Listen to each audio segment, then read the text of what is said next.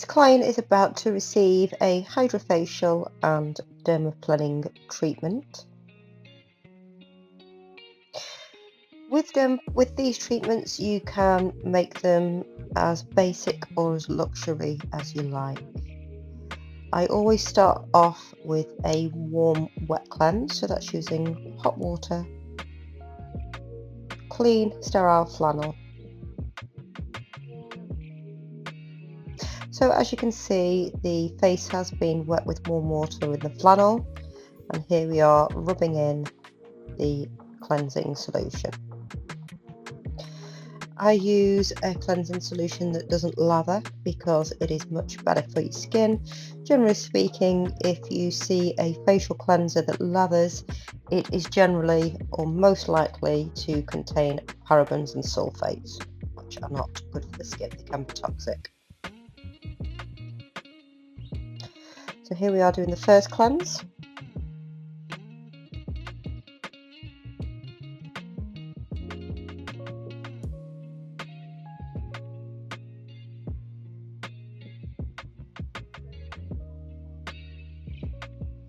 And here we are with the second cleanse.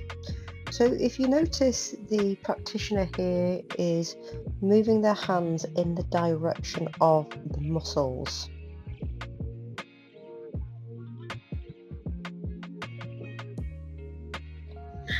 It's not essential that you wear gloves at this stage because the skin hasn't been broken, and generally you can experience a much better cleanse without gloves.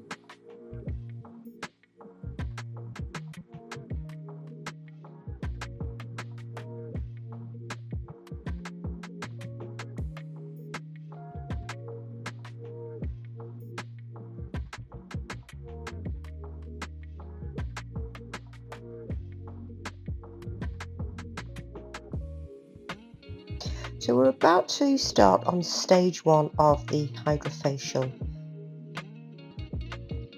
Now this is the dermabrasion, so it works very similar to a microdermabrasion. A microdermabrasion usually has a metal-based end, so the part of the machine that is in direct contact with the skin is usually metal. Now essentially this is sucking the dead skin from the end part through to the waste disposal section at the back of the machine. A full tutorial of the machine will be shown separate. Again, as you can see, the therapist here is moving the machine in the direction of the muscles.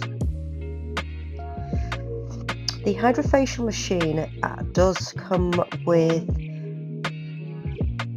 the end parts already, and they are plastic.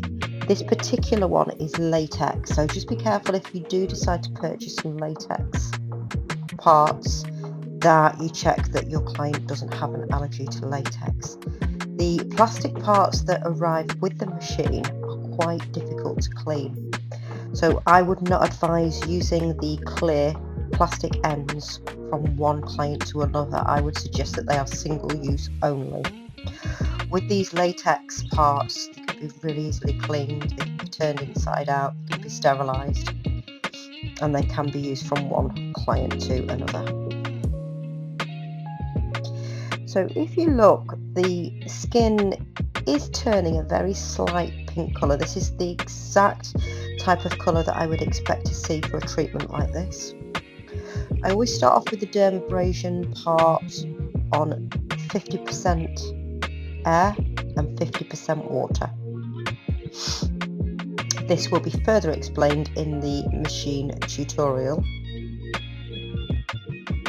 Now this part of the chin is where dirt and grease can really build up, so it is quite wise to ensure that the client does have a very good cleanse. So if you notice there, the therapist is moving the machine away from the skin, and they're supporting the skin. If she was to just release this now, it could cause bruising on the skin. If you think about the suction, it's quite strong here, We need to make sure that we're protecting the face. And did you see there how the therapist used the hands to ensure that the end piece didn't bruise or mark the skin? Again, around the nose area, this is somewhere that particularly builds up dirt and grime.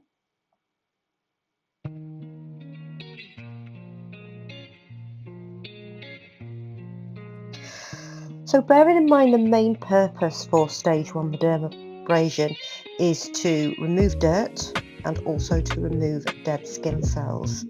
But that what this also will be doing is giving lymphatic drainage, because it will automatically interact with the lymph nodes and the lymphatic system.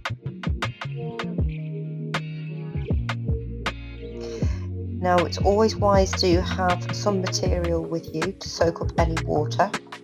So bearing in mind, as well as this part is sucking up the dead skin cells and the dirt and the grime, what it's also doing is releasing water. It's releasing water based on how it's been set.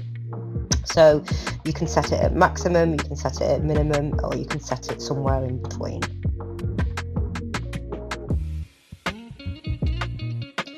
On this particular occasion, it isn't visible, and no water dripping down the client's face is visible. Again, if we look at the pinkness that the client is experiencing there, that is exactly the level of pinkness that we would expect. This is not uncomfortable for the client, in fact it's actually quite relaxing.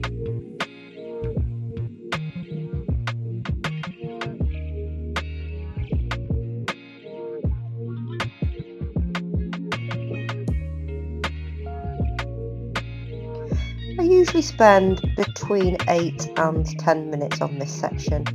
If you noticed that the client's skin was looking particularly red, it would be worth ending the session there and monitoring.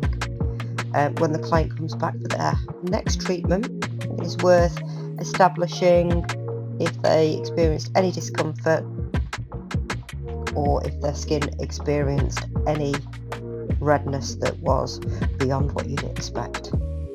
If not, you can go a little bit more abrasive the next time round.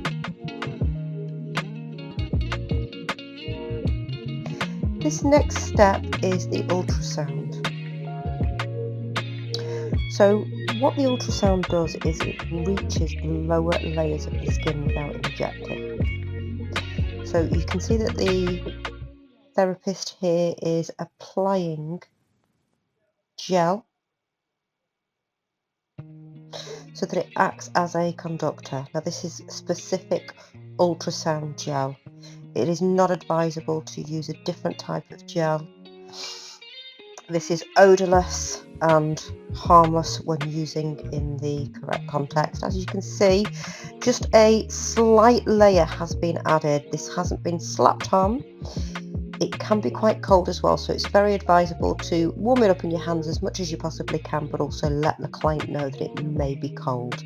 If you take a look at this client here, she is very relaxed and receiving cold ultrasound gel on her face without any warning could be quite frightening and uncomfortable. So as you can see, the therapist here is ensuring that the ultrasound machine is interacting with the skin. If you look about the amount of pressure that's being applied,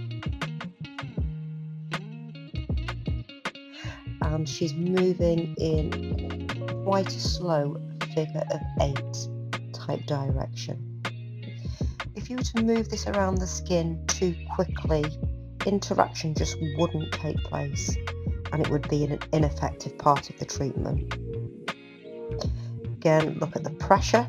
There isn't a great deal of pressure, but there's enough pressure to ensure that interaction is taking place.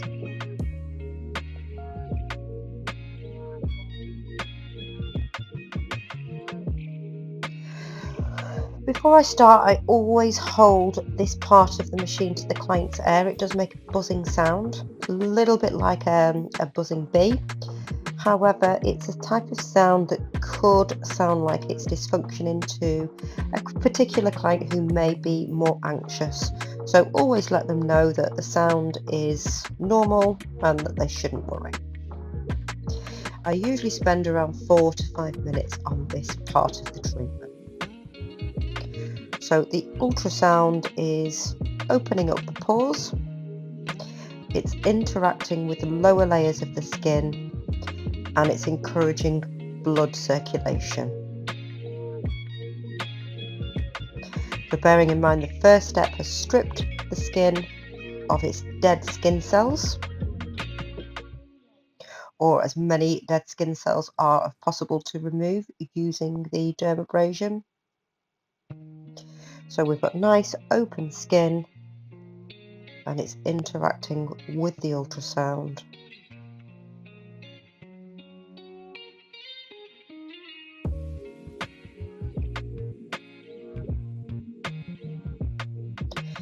Ensuring the encouragement of blood circulation.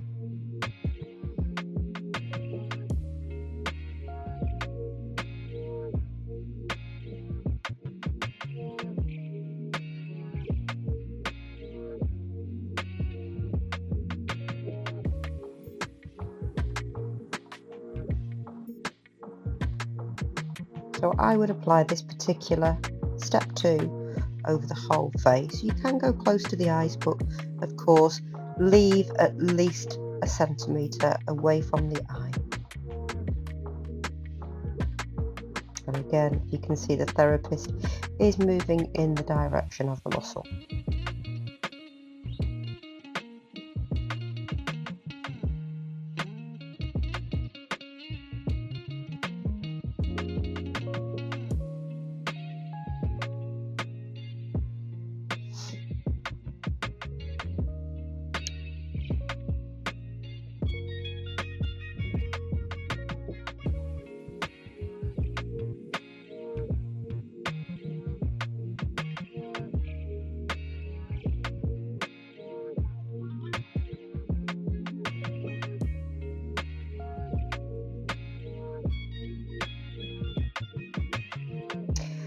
So here we are at step 3. Generally speaking, step 3 would use the scrubber element of the HydraFacial machine. For me personally, I don't use the part of the machine. It has some severe electronic power to it, and I have found that quite a few clients do prefer not to experience that part of the treatment. So I use dermaplaning, which is a very, very additional effective manner in which to remove more dead skin. So we have the gel left over, which does act as a very good lubricant. With dermaplaning, some people like to do it on dry skin. It's down to the practitioner. Some people would prefer to use a balm, but the ultrasound gel that's been left over is a very effective lubricant to use. So if you can see, the therapist here is tightening the skin and stretching the skin to ensure the client from being cut. If you can see, the scalpel rather, is being held at a 45-degree angle, therefore the blade is being held. As you can see here, skin is being removed.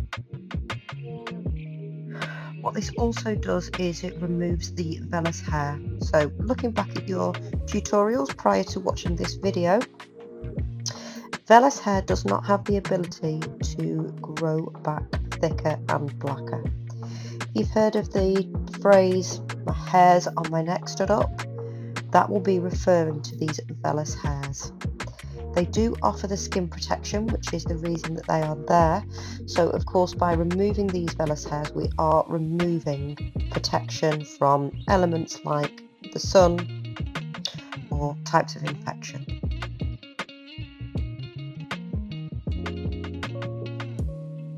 So what you see there on the blade that's being removed is a mixture of dead skin that wasn't removed from the dermabrasion and vellus hairs.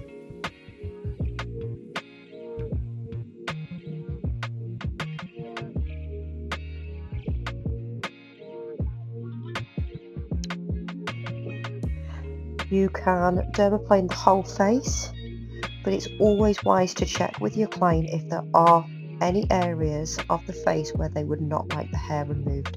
As an example, there may be some terminal hairs on the upper lip or on the chin. It's important that you check with the client, because some clients may have a routine where their terminal hair, which is the thicker and coarser hair, is removed by a different method, such as waxing. Dermaplaning terminal hair could encourage the hair to grow back thicker. However, it does not encourage vellus hair, the white hair, to grow back thicker. Again, if you see how the skin is being stretched here.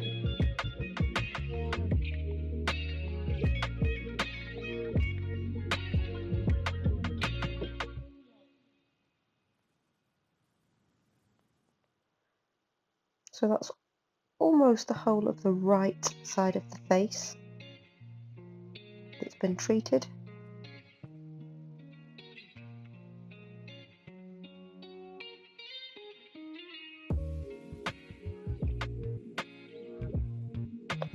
So the practitioner is moving their body around to ensure that they are stood in the right angle. If necessary, you can always guide the client's face or head to be moved in the correct positioning.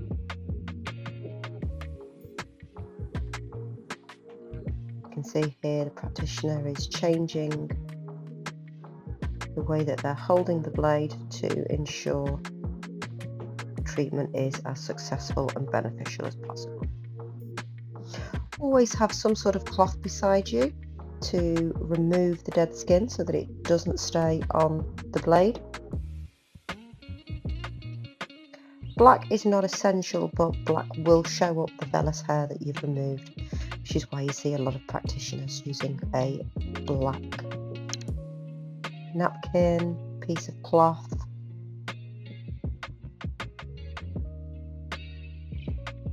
So do be careful that you don't actually create sideburns for the client.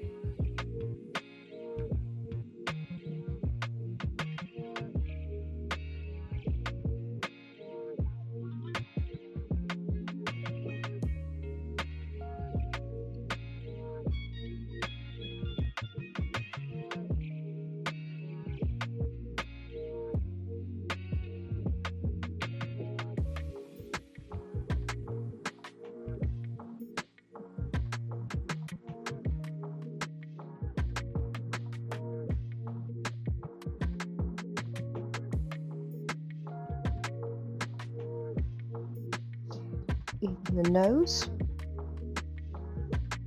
there is quite a little bit of dead skin on the nose area.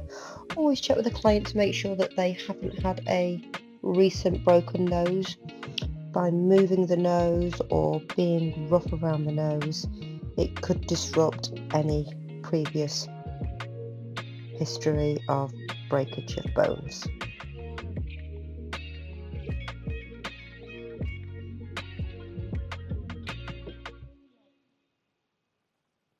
A separate video will show how to apply the blade and how to remove the blade from the scalpel, and we'll explain the different types. For the purpose of the tutorial, this is the scrubber. So the scrubber, once switched on, does have a significant vibration to it using ultrasound and radio frequency. It does have settings from 1 to 10. I would be very hesitant to use this any higher than 4. What it does do is it does just ensure that any little other bits of dead skin have been removed. Using a dermabrasion, a dermaplane and using the scrubber, all three within one treatment, isn't advised. For the purpose of this tutorial, the scrubber has not been switched on and the therapist is just demonstrating how it will be used. However, there will be clients who prefer not to opt for dermaplaning for whichever reason that might be, in which case this would be the alternative to use.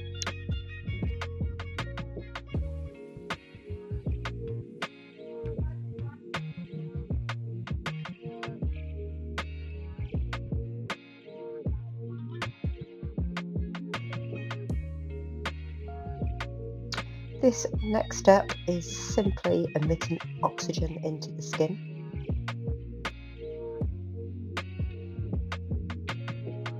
So from this device, oxygen is being sprayed at a very comfortable rate.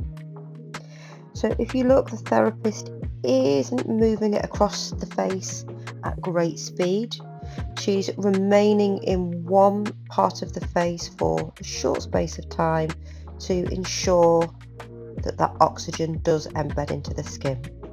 So if we look back what we've already completed, and therefore how the skin benefits from this, the first section, dermabrasion, will remove as much dead skin from the client as possible, from the client's skin, and we've offered a lymphatic drainage in doing so. Section 2, the ultrasound. So the ultrasound has opened up the pores and it has encouraged circulation of the blood. Step 3, dermaplaning. We have removed any further dead skin and we have removed the vellus hair. So for somebody who has very, very sensitive skin, we have removed a great deal of natural protection from the skin. So you must encourage clients to protect their skin in other ways. Some people would choose a sun protection factor 50.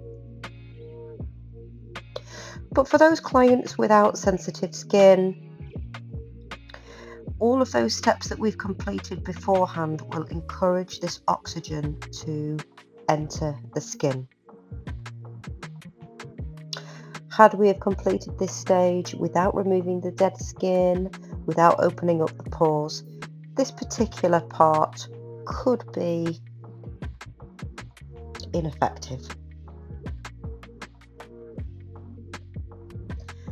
So I tend to go in little circles, so as you can see the oxygen making contact with the skin. If you were to go too far away from the skin, it could cause a tickling sensation. And if you were to go too close, it could be uncomfortable.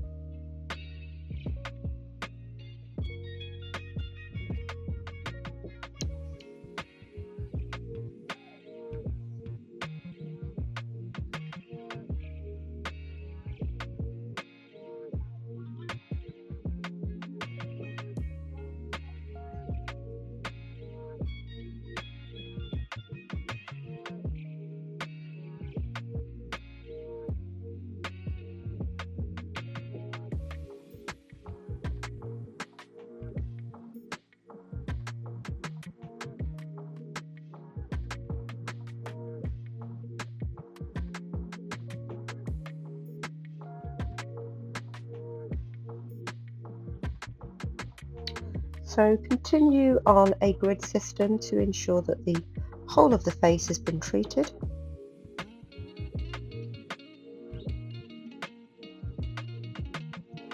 And by this stage, the client should be feeling very relaxed. Each step of the treatment is very relaxing for the client to receive.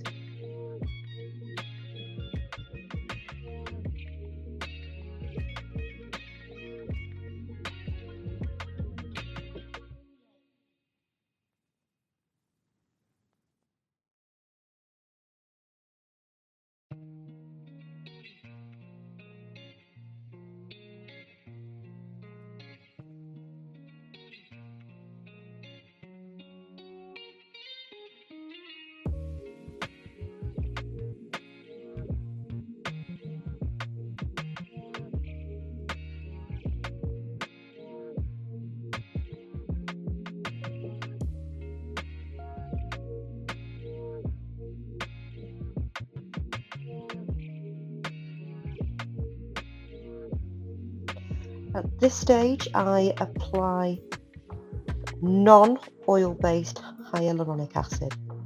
That hyaluronic acid will absorb straight into the skin. The reason I suggested a non-oil-based hyaluronic acid is because we are about to use a radio frequency device. Radio frequency could use the oil as a conductor of heat, and it could cause burning of the skin. So again, if you look here, the device is interacting with the skin. The correct pressure has been applied, and if you look, the practitioner is using the other hand to support the skin. The radio frequency does act in a very similar way to HIFU, which is high intensity frequency ultrasound. It's very wise to check that any of your clients may have any aluminium fillings, because again, the device may interact in a negative way with the fillings. So this part of the treatment can be very effective. If you were to administer this treatment for, let's say, 30 minutes each side of the jawline, you would see a significant tightening of the skin. Now, this is not going to be a long-term effect. So as part of a HydraFacial treatment, this is interacting with the muscles and offering some tightening of the skin. So I wait until I've completed this section of the treatment before applying any oil-based products, again, so that it doesn't act as a conductor for this device.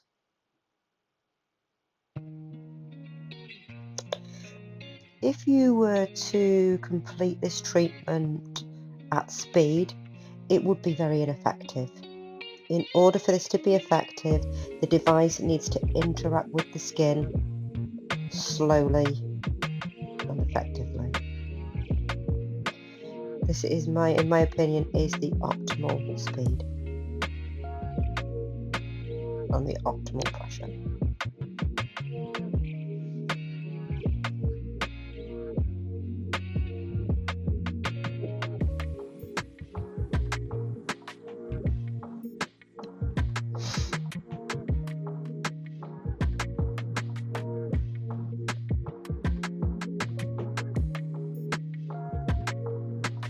In areas where there is very little skin, such as the forehead, this treatment is likely to be very ineffective. So we're just treating the area above the eyebrows here, which would be effective.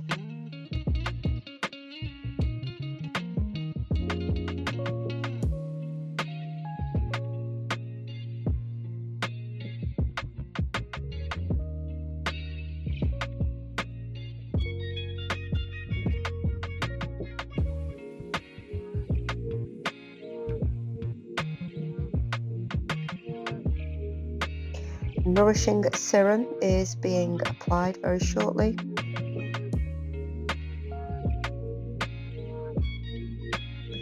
And this is where we can start to add oil-based products to the treatment.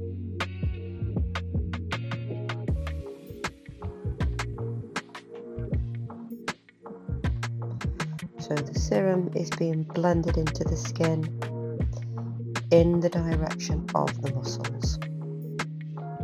A gentle layer is being applied. Now the skin is a lot more porous than it was before the treatment began. This section is what we call the cold hammer. What this does is it cools the skin down and just helps to close those pores back off again. Again, interaction needs to take place, and the device needs to be stimulated onto the skin in slow motions in the direction of the muscles.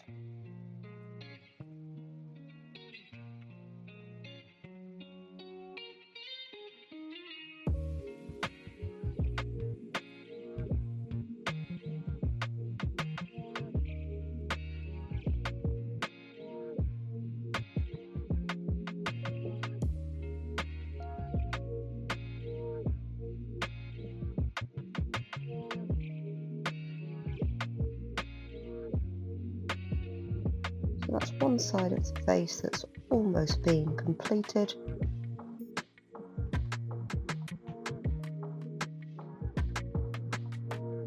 Repeat on the other side.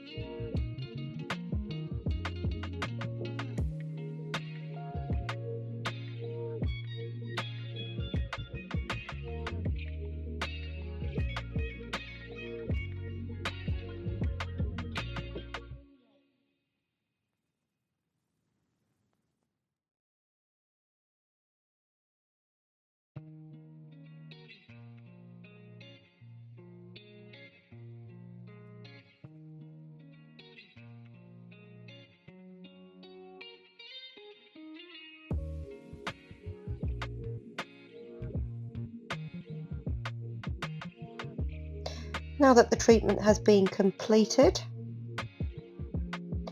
a second oil-based serum is being applied to the skin, which will absorb into the skin at great speed. Following this part, there are practitioners who like to use an LED machine on the skin. If you are trained in LED lighting, you would choose the relevant lighting. And that's the HydraFacial treatment complete.